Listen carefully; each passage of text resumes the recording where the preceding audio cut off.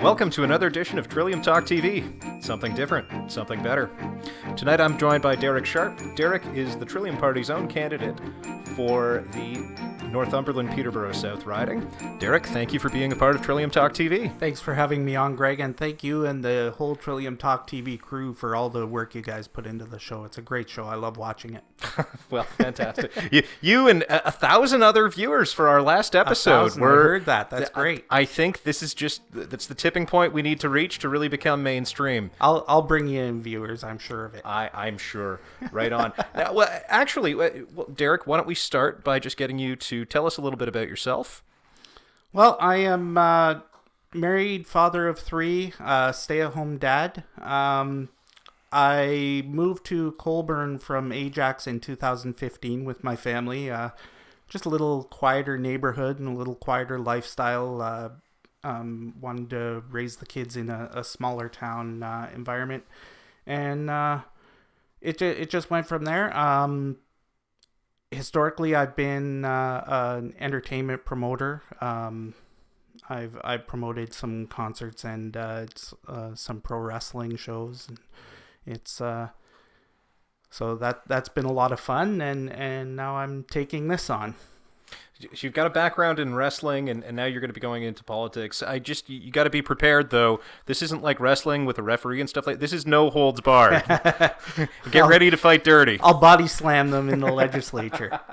Well, just watch the elbows, especially around NDP. Oh, yes, Parliament. yeah. Fantastic. Well, so why did you choose to run for the Trillium Party? If you wanted to get into politics, why not run for the Conservatives, the Liberals, the NDP? Well, I actually used to be an NDP member many years ago. Boo. Yeah, boo. Because they spoke to my values at the time. I had a young family, and they sold me on their support of young families.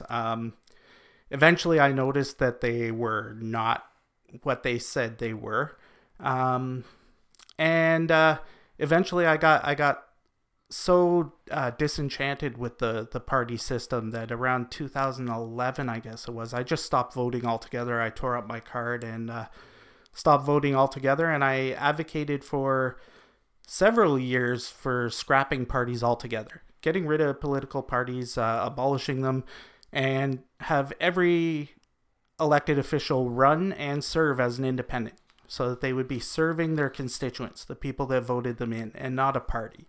So like a Westminster-style parliamentary system rather than what we have yes, now, absolutely. Which sort of looks like that, but completely breaks down when all of the votes can be whipped. Well, exactly. And I didn't know anything about whipped voting and how it works. Or party whips or anything like that. But the more I learned about it, the more I believed that getting rid of parties was the right thing to do because of the whip voting and that. And then the Trillium Party caught my attention when Jack McLaren, the MPP, crossed the floor from the PCs to the Trillium Party. I had never heard of anything like that before. Nobody I knew heard of anything like that before. And there's good reason for that. It's never happened before. So that caught my attention. I did a little research into the party and the principles and values, and the fact that we don't whip votes in the Trillium Party seemed to me to be as close to my perfect system that I was advocating for as we're ever going to get, because the party system is not going to be abolished, let's face it. So within the party system, the Trillium Party is really as close to true independence of MPPs as we're going to get. Fantastic. Now, do you feel like the current incumbent, Lou Rinaldi, who's a popular guy, is forced to vote against the interests of his constituents currently? I think so. I think a number of times there's been things he's voted on that he voted because the party told him to. His vote was whipped. I think on cap and trade.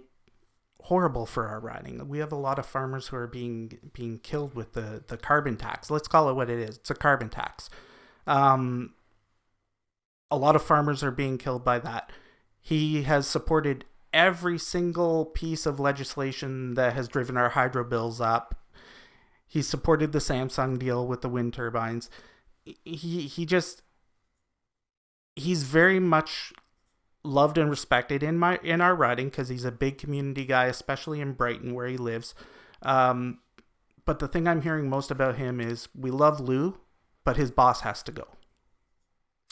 It's a distinction without a difference in a whipped system, isn't it? It really is. And the thing about it is when people in my riding vote for me, they're voting for me to represent them. When they vote for somebody from one of the big three parties, they're voting for the party as a whole. Now, if you only like 70% of the PC policies, but you vote for them because you're voting, 70% is more than you agree with anybody else, you have to accept the 30% that you don't like as well. When you vote for the Trillium Party, if there's something you don't like in our policies, tell me.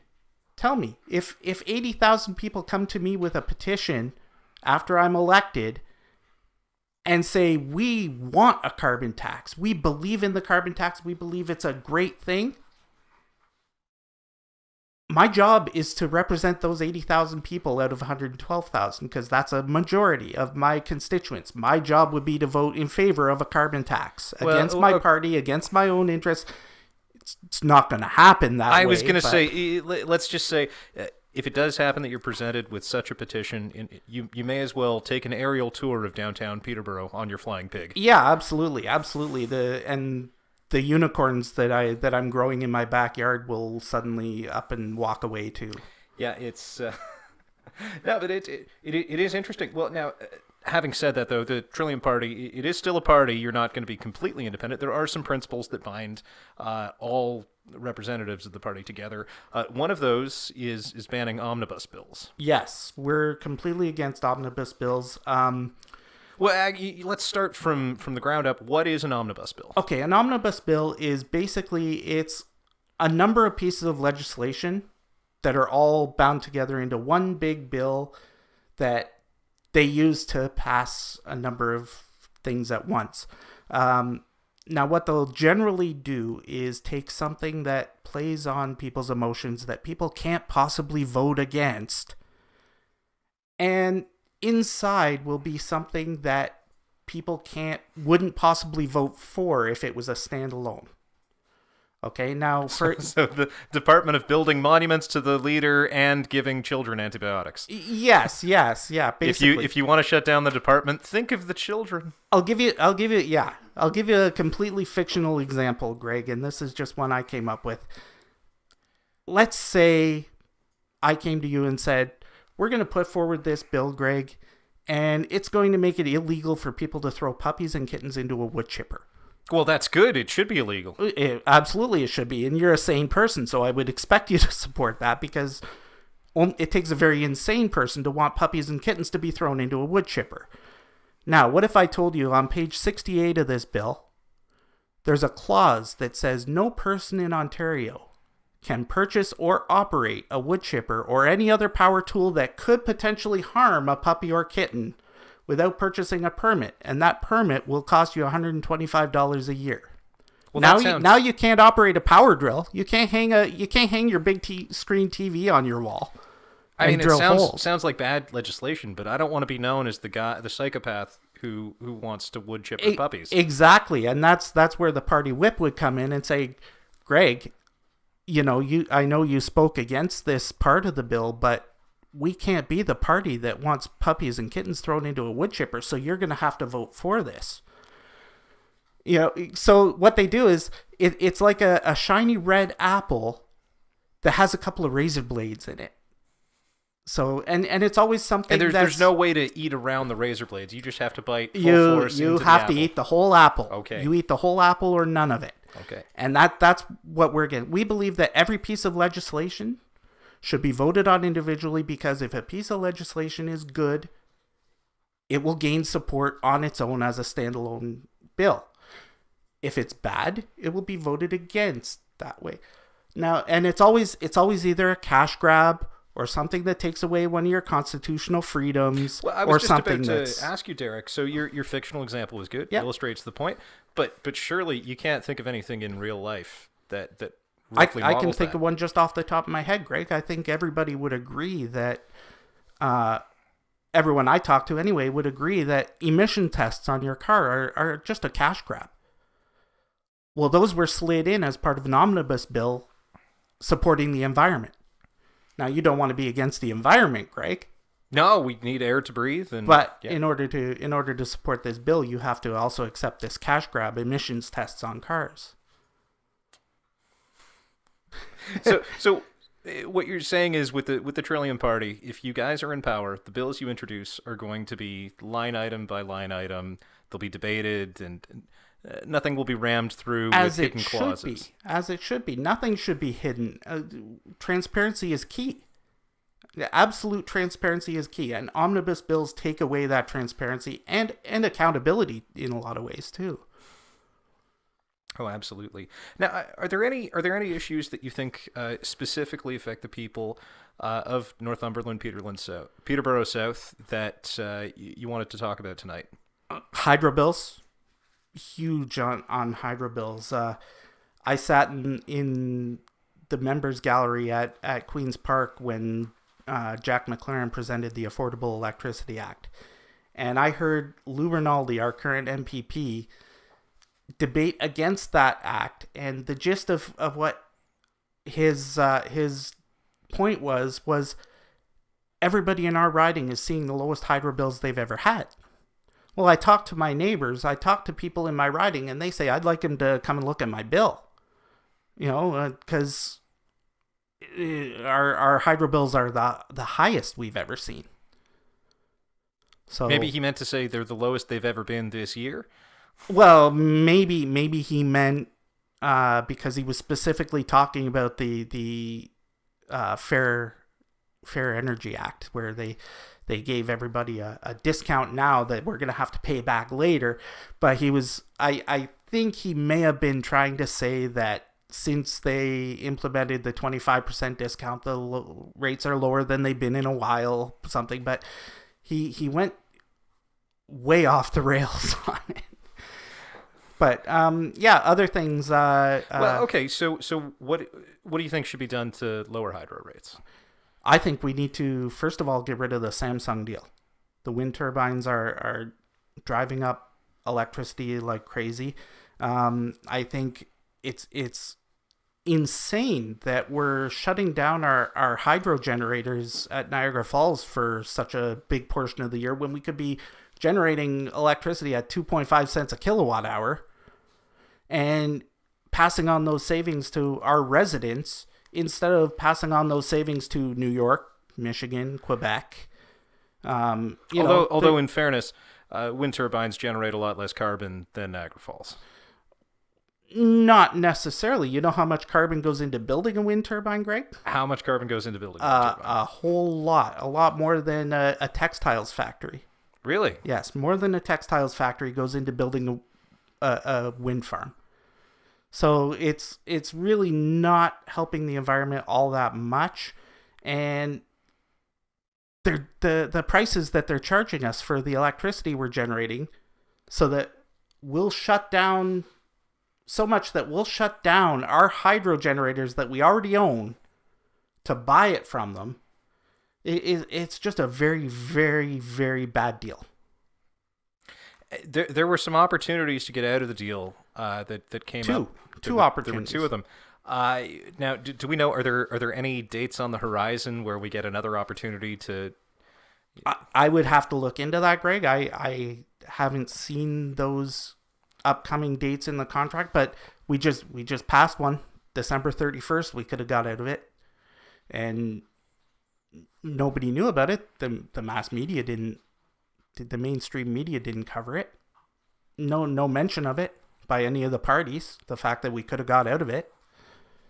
Why aren't they mentioning it? Because they're all working together. Well, that's why we need something different and something better to change this election cycle. Absolutely. It's the only inference that I can make is that they're all working together, because twice now they've had a chance to get out of it, and twice they've hidden it from the people of Ontario. Just unbelievable. Well, windmills are an issue that affect your constituents beyond the power prices. For sure. For sure. Now, why is it that residents of rural ridings are so hostile to wind power? Well, there are a lot of health dangers to wind turbines. Stray voltage can cause a lot of health problems, heart issues, things like that.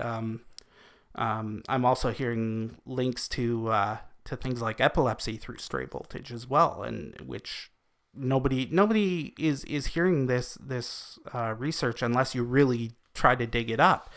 And there's also the sound. The decibel levels are so high that people on neighboring farms and things are suffering hearing loss if they're near a turbine. And also, I mean, the environmentalists don't consider the wildlife loss in this. And I'm not saying anything bad about environmentalists. I believe our environment needs to be protected for the future. But if you've got wildlife that's being killed by wind turbines, how is that good for the environment? Why aren't we protecting wildlife? Maybe if the bird blenders weren't bird blenders. I'm going to use that, Greg. I like that. That's great. Killing all the bats, then mosquito season wouldn't be so bad. Well, yeah. Good point. Good point. So how does it work? So if you're a farmer and you're concerned about these things, can't you just choose not to have a wind turbine on your farm? Okay, but then when the conservation authorities come in and reappropriate your land, or what are you going to do then?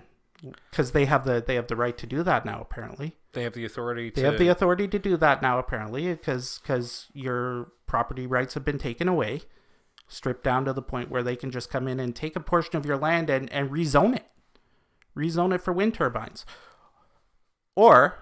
They don't want to operate under the willing buyer, willing seller model like Rhodesia?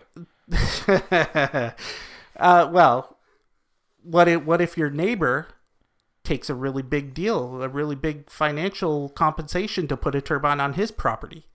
Then what? You're not getting compensated for having a turbine.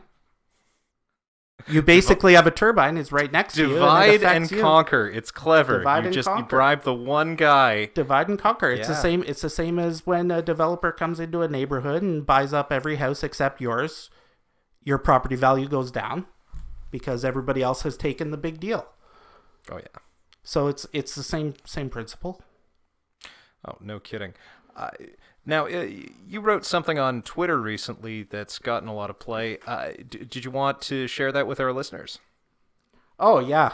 Well, Bob Yaciuk, the leader, was excluded from a debate, and I didn't think it was fair. I believe the debate is tomorrow night. But yeah, the Jamaican Canadian Association, I believe, against democracy, and I believe it was a conscious decision. They say it was an oversight. They couldn't find Bob's phone number. Bob's phone number is not hard to find. You go on the Trillium website, you look, his phone number's there. His email address is there. They could have contacted him, but when he contacted them and said, "I want to be part of your debate," they told him maybe next election. Maybe next election. It was an oversight. Maybe next election we'll have you. This is a debate that Doug Ford couldn't even be bothered going to. He's going to be in North Bay. The debate's in Toronto. So, you've got one leader that doesn't want to be at your debate, so you just leave him off the poster, and you've got another leader that wants to be part of your debate, and you're going to leave him out. Why? Because this is a good sign, though. They're afraid. They're threatened. It could be that they're afraid or threatened. Intimidated. I don't know what the Jamaican Canadian Association has to be intimidated about. No, not the association. Not the association. If some of the people running the show are Liberal supporters or NDP supporters, they don't want They don't want real representative democracy coming and infiltrating their system, do they? No. So no, not at all. In addition to Tracy, I agree with you. I like Greg's new look too. Very funny, very funny.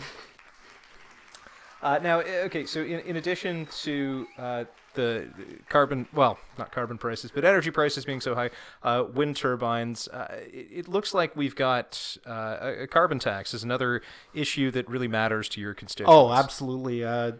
We've got about 50% of my riding is rural, and farmers are getting killed by the carbon tax. I know Liz Marshall was talking about that a couple of weeks ago on your show here, and farmers have to drive. They have to use gasoline. They have to operate their machinery, and the carbon tax is hitting them harder than anybody else in Ontario. And it has to go, because it's when the farmers can't afford to produce food for us, what's going to happen?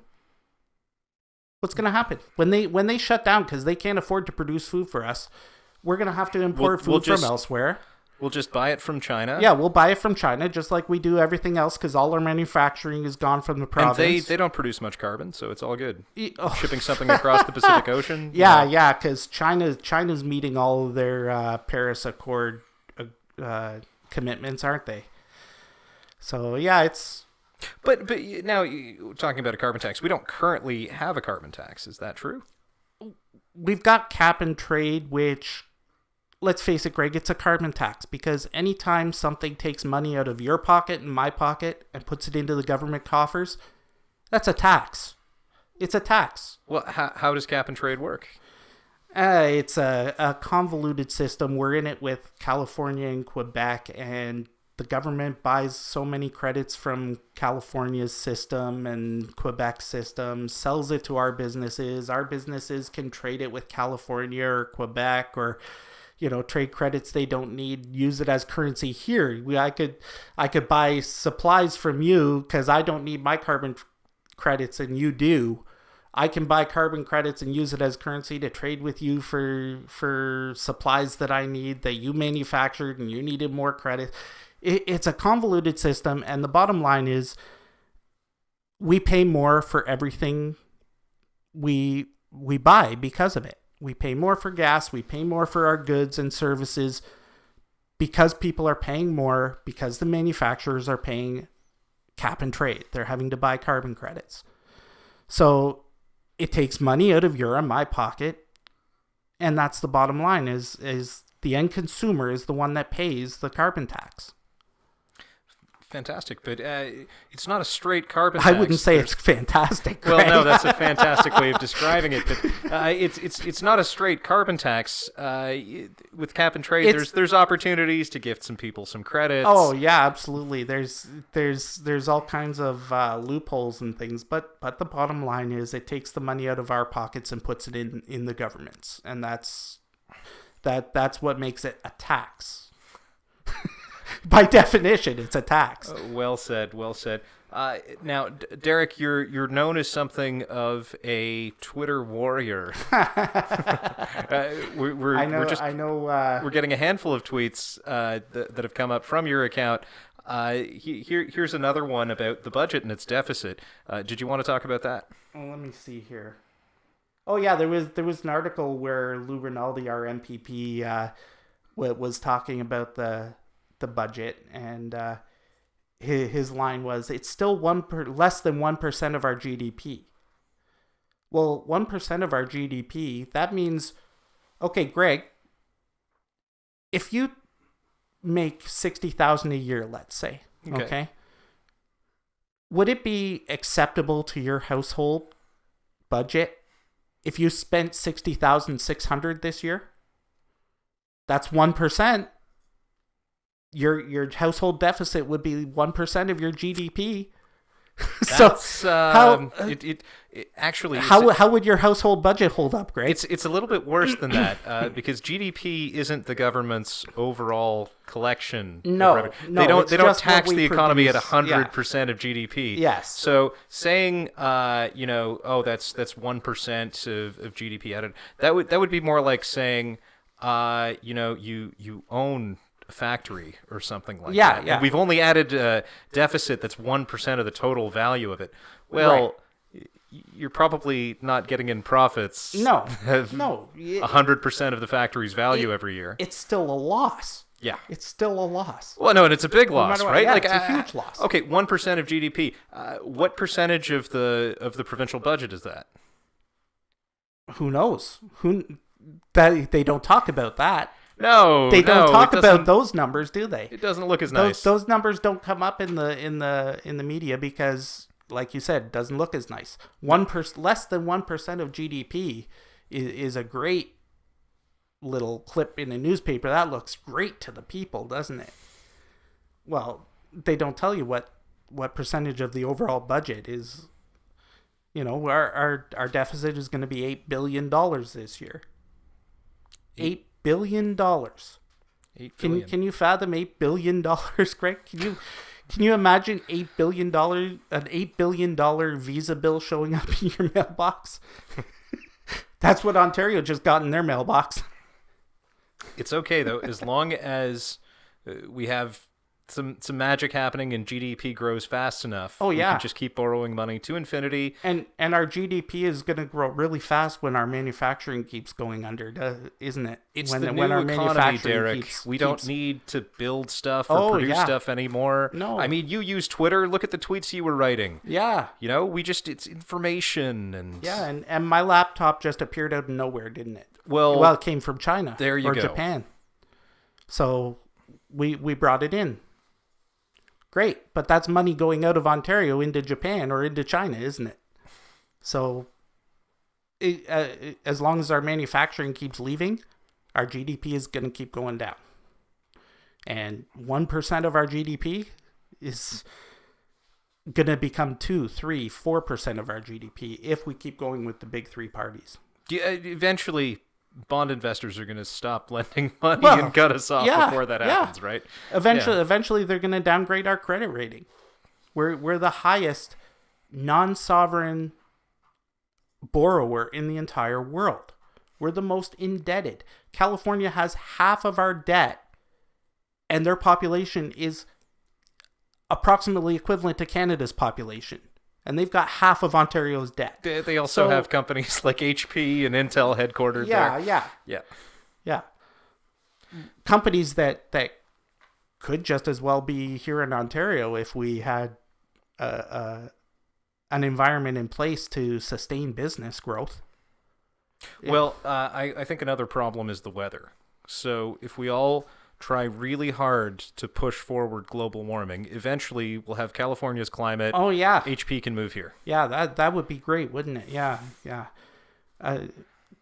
Global warming is another issue altogether, Greg, and I'm not going to even get into that one. Fair enough. Now. Yeah, I don't even want to touch global warming. Well, now, Derek, if there was something that you could say to your future constituents about you as a politician, why should people vote for you? Why are you going to be better than the incumbent? Why are you going to be better than the challengers? Because I'm the only one that's going to represent their interests above all else. The other candidates have made a pledge to their party that they will put their party first. The pledge I made to the Trillium Party is that my constituents will always be first. Okay, fantastic. There's one more tweet that we've got for you to read, and here it comes. Oh yeah, this one. This was actually brought to me by somebody else. I didn't actually see this quote, but I heard about it, and it was a quote from Doug Ford. It was an event he was having live on CP24, and he actually said the words, "As the leader of the party, I have no say." Well, that's what we've been saying all along. I've been saying for months that the leader of the party is, according to Article 9.3 of their constitution, the leader of the party is only an honorary member of the party. I don't know if you've ever sat on an executive, but an honorary member of an executive doesn't have a vote. Doug Ford literally has no vote on the changes he has promised people. Hillier, the past president. No, not Hillier. Dykstra. Okay. Rick Dykstra, the past president. literally has more say than Doug Ford, because the immediate past president is a voting member of the executive. So Dykstra, who was forced to resign as president because of a Me Too thing, literally has more say than Doug Ford in any policy changes that Ford is promising. How does anybody expect the changes he's proposing when he does not have a vote? It boggles my mind to think that people are buying into it. Does the Trillium Party have a sort of Kafka-esque executive in the same sense? You know what? I have yet to meet a backroom executive. I actually got my first tour of the Trillium Party headquarters today, and I didn't see a back room there. So I don't think there is a backroom executive at the Trillium Party, and we don't have a party whip. And my voice will always be the voice of Northumberland, Peterborough South, not the voice of the Trillium Party. What did you think of the gun rack? Was it a bit excessive? Was that showing off, or was it just in good taste? The gun rack. I actually like the pool table a lot better at the Trillium Party head office. Fantastic. Well, that's all the time we have for this segment, but stay tuned. If I could, Greg, I'd just like to mention to anybody in my riding out there that's watching, we have a fundraiser coming up on May the 5th, Saturday, May the 5th. It's going to be at the Old United Church at 1 Church Street in Colburn. It's going to be a Yuck Yucks comedy night. It's going to be a lot of fun. So tickets will be available very soon. Take a look at our Northumberland Peterborough South Facebook page for more information. Awesome. Well, now it's time for something different and not necessarily better, but something just as good as our last guest. I'm bringing Bob Yaciuk on the show, and we're going to be doing a brand new segment this week in ONpoli. Well, thanks for having me, Greg. Let's see what's going on in Ontario politics this week. It's like a bit of a three-ring circus here. We're always waiting for the next act to come out. It does not disappoint in Ontario. There's always some craziness going on. Well, pass the popcorn, Bob, because this week we've got a few stories. Mike Harris is in the news. Bob, I thought he was retired. Oh my gosh, Mike Harris. I don't think it's the same Mike Harris that you're thinking of. Is it the curling Olympian? It's Michael Harris, MPP for, I'm not sure, but he's a progressive conservative MPP. And he was just suffering as, not suffering, that's the wrong phrase, but he's just been subjected to the Me Too movement, and where he was texting, probably some things he shouldn't have been texting, in 2014, and the party held on to it for 5 years, but we're just before an election, so more than shenanigans is going on, so the Me Too movement got me as well, meaning not Mike. That sounded bad. Michael Harris. So he was not allowed to run. I think it was on Saturday. The nomination committee said, Michael, you're not going to be allowed to run because of this and this and this that happened 5 years ago. But they knew about it for 5 years. But they wanted 5 more years of work out of him, and how are they going to motivate him to do that if he knows he's going to be kicked out? But there's something strange. 60 days before the election. Let's pull it out. We've had a lot of this happening in the PC party. But so Michael decided a couple days later that he couldn't run. He made a public announcement that eye surgery was the reason. Fair enough. And his wife would be running instead. So it's a lot more shenanigans going on in the PC party. How many things of former corruption? It's the same thing happening again. They did it with Patrick Brown. They did it with, I think you were talking in the earlier segment, Dykstra. It's been, they're just knocking them down like flies with a fly swatter there. And it's like moving an agenda forward all the time. Everybody deserves their day in court. Well, Bob, this is... relationships, dating, it's like football. You're allowed to throw as many passes as you want or can, but they have to be caught. If they get fumbled, if they get dropped, if they get intercepted, you're in a heap of trouble. Good work is good work. And Michael Harris, I'm not a huge fan of the PCs. It's the reason why I left and why I created the Trillium Party, because I believe them to be the same as liberals in a lot of respects, and they're showing that to be the case so far. But you know what? Michael Harris was a pretty good MPP in the grand scheme of things. And the idea that he's being not given his dues, his day in court sort of thing. It's just not right. It's just not right. Don't get me wrong. I love the Trillium Party candidate that's taking on him or his wife in that riding. I would like them to win. But you know what's interesting, Greg, is on the nomination committee, there's 2 MPPs on that committee. And the one MPP was saying during the when they were cutting him off, and it was saying, well, we should. Mike's a good MPP. Maybe we should give him more of a chance, another chance here. And then the other MPP said, nope, we did it to Patrick Brown. We're not giving him any chance either. Zero tolerance, zero tolerance. When did this country become such a zero tolerant country? I guess it's the new way things are being done. So, anyways, more shenanigans under the big top, the circus big top of the PC party there. And it goes sort of hand in hand with what's been going on. But it's not just PC MPPs who are resigning. It looks like 11 Liberal MPPs have resigned over the last week. Now, do we know if any of these involve text messages and Me Too? Or... I have no idea. One thing for sure, the Liberal Party has a way of keeping a lot tighter ship than the PC Party, but it is worth noting, I think, that over 70% of them are men. You know what? I honestly don't know the specific reason why they're quitting, but I do think that it's pretty rotten that 2 months before an election you have the core of your party. I don't know what the percentage is, but it's I know it's a pretty high percentage. 11 senior members of your party caucus quit on you. What's that telling you? I think it involves furry animals and seagoing vessels. You know, rats leaving a sinking ship. Is that where you're going with it? Could be. Well, Bob. You know, there's another possibility too. Have you ever had a boss that you really wanted to stick it to? You know, you were just they did something, and okay, maybe not, but you can imagine. Greg, you know, there's something that's kind of interesting. No, I guess I've always sort of been my boss. So, I'm part of the private sector. I pay for a lot of public sector jobs, and I'm kind of proud to work for myself. I've met payroll for 38 years, and I don't mind saying I did that. Well, it's been some sweaty months. I'll tell you that for sure too. Well, let me tell you what it's like for the 99%.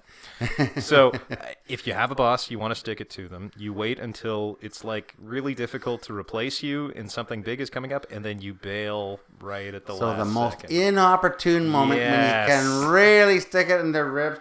And I guess who do we have here? Michael Chan. He quit. Oh my gosh. Kathleen Wynne backed him to the wall when he was being accused of some illegal activities, and she backed him to the wall. What was he being accused of? Wasn't it Michael Chan that was being accused of having some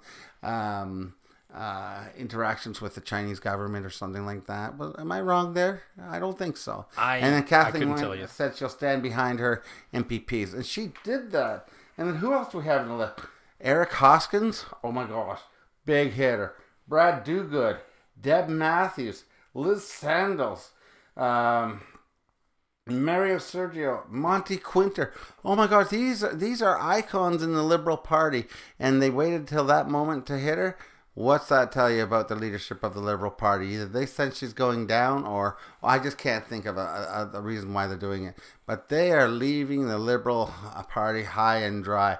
They're making a statement. I'm not even quite sure what the statement is, but I know there's probably somebody celebrating in the other parties about what's going on there. But you know what? The Liberals are the big leagues. And when I say the big leagues, they're the party in power right now.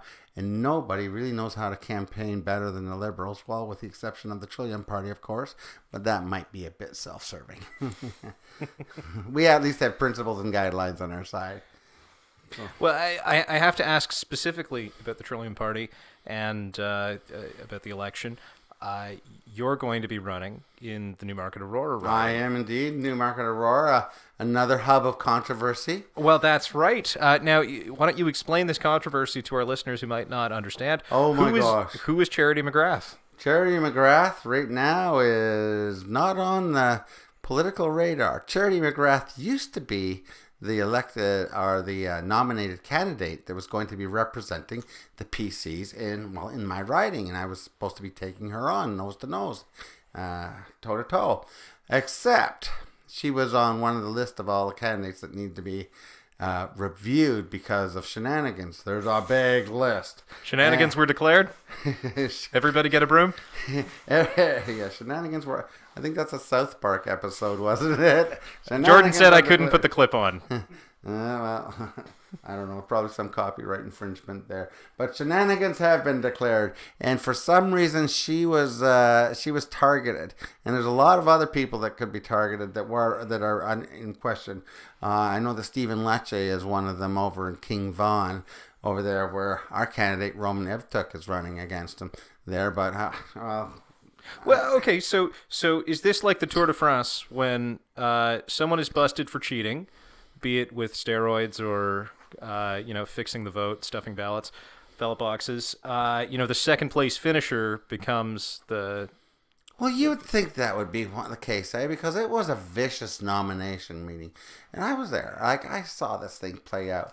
And it was vicious. And they had 3 candidates, I believe. One was Charity McGrath. Then they had another one, Bill Hogg. And then they had another candidate, Tom Vey. Now, all 3 of them were working their butts off for a year, signing people up. Politics doesn't just show up today, make a fancy speech and hope that you can get elected as a candidate. You have to go to people's houses night after night after night, sign up here, give your membership money for here. Well, I guess there was a lot of accusations that membership money wasn't given. It was just signing up without them even knowing it. But regardless, these people worked their butt off. And the second place winner and the third place winner screamed blue murder when Charity McGrath had won. They had it investigated. They paid to have a formal investigation done. And they actually had a survey done to all the members that were signed up. And they fought it to the death. So you'd think that when Charity McGrath was knocked out, they would want the job. When they fought so hard to knock her out. Well, that makes perfect sense. Except it didn't happen, Craig. What happened was, we're going to be moving Christine Elliott up there. So they got a parachute, put her on a flight, and just dropped her, parachuted her into the riding there. So now Christine Elliott is seeking the nomination there. And the 2 major hitters that spent a year of their life trying to sign up members. 2 major hitters that decided that tried to take it to the wall to get rid of Charity McGrath. These 2 members have decided, I guess we don't want the job now. We support Charity McGrath. We support Christine Elliott. Well, you know what, though? It makes sense that Christine Elliott would be chosen to represent this riding because, after all, the people of Newmarket Aurora, especially people within the Conservative Party, have had warm feelings about her ever since the leadership race with Frank Cleese and Tim Hudak and Christine Elliott back in 2008. Oh, my gosh. Yeah, that's right. Christine Elliott took on the local PC icon, I guess, Frank Cleese, and she was beaten soundly. And back then, I believe she, her policies that she believed in, they're no longer applicable now. She doesn't believe in those anymore. So then after she lost that leadership race, that was the first leadership race she was in, after she got annihilated on that, then she quit. She quit 100,000 people. She said, oh man, this didn't work out for me, so I'm just, poo-pooing and leaving. And what did she get after that? An appointment. An appointment as I believe it was an ombudsman for care for hospitals. And anyways, an appointment by who? Kathleen Wynne. So the head of the Liberals gave Christine Elliott an appointment over an over $200,000 job. Oh, and then jobs coming up for the PC leadership. Maybe I can get in there again. So she decided to run again for the PC leadership. And when that didn't work out the way she planned, she protested it. And then, the next day after, I'm assuming we'll call it contemplative thought. Now I support Doug Ford. And during that one, she didn't support the sex ed curriculum until halfway through when it looked the sex ed curriculum review. So she supported the sex ed curriculum. And then when it looked like Doug Ford was gaining traction, all of a sudden I do support reviewing the sex ed curriculum, getting rid of it. And then after that, Doug Ford won. And now, even Doug Ford doesn't support the sex ed curriculum anymore. That took 6 days after he got elected. And then the marijuana a thing that he's not supporting anymore. So the bottom of the list to the forest on a totem pole. Come on. Well, if I didn't know any better, I would say she forms her opinions on what she believes in a very careerist sort of way. I don't think she forms her opinions at all. I think she forms her opinions based on what the leader of the party believes in. And or the leader of the opposition party, apparently. I've never thought of that, but that makes a little bit of sense. Hey, I guess, Kathleen did give her the job. And I don't know, do you think that job's being held for her if it doesn't work out when I go head-to-head with her? Hopefully beat her? Well, listen, I mean, if the job's not being held, Kathleen Wynne can just, after the election, if she wins, and Christine Elliott doesn't make it, say, I'm creating new jobs. This one I'll give to Christine. Yeah, another government job. There you go, creating improving the unemployment rate in Ontario. Lower the hydro rates, get industry back in Ontario, have everybody be able to wake up in the morning, get out and have a job that counts, that they can feed their family, where they can give their children what they need to be given, where you can feel like I have a future. It's about lowering the tax rates. This carbon tax is nothing but a tax. Get rid of that, dump that. But this week in politics has been interesting. With Michael Harris going down, with 11 Liberals going down, with, I just can't wait till next week here. I look forward to next week in politics, and we'll get a whole bunch of other things that we can talk about next week if you're up to it. Well, that sounds great. This has been another edition of Trillium Talk TV. He's Bob Yaciuk. I'm Greg LaRue. Thanks, Ontario. Good night. Good night, Ontario.